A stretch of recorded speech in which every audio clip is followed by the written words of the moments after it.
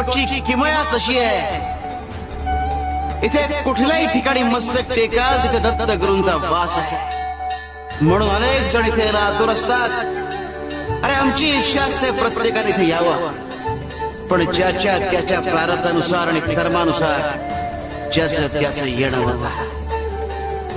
अक्कलकोट में आकर हमसे सच्चे मन से जो कुछ भी मांगता है वो उसे मिलता है. फक्त भाव खरा हवा आणि ते पदरी पाडून घ्यायचं धैर्य. पण त्यासाठी आधी अक्कलकोटला पोहोचावं लागतं, नशिबातला चकवा चुकवावा लागतो. स्वामी, अक्कलकोट बद्दल खूप ऐकलं होतं, पण आज प्रत्यक्ष अनुभवलंय. खरंच या भूमीचं तेज शब्दात नाही सांगू शकत. अक्कलकोटचं महत्व फक्त ऐकून किंवा बघून कळत नाही, तर ते अनुभवावं लागतं. आम्ही तुझ्यावर प्रसन्न आहोत.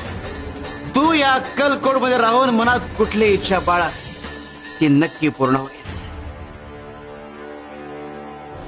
स्वामी आम्हाला असं कधीच सांगत नाही.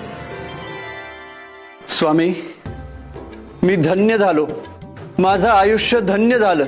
मी जेवढं मागायचं तेवढं मागितलं आणि तुम्ही त्या पलीकडेही दिलत.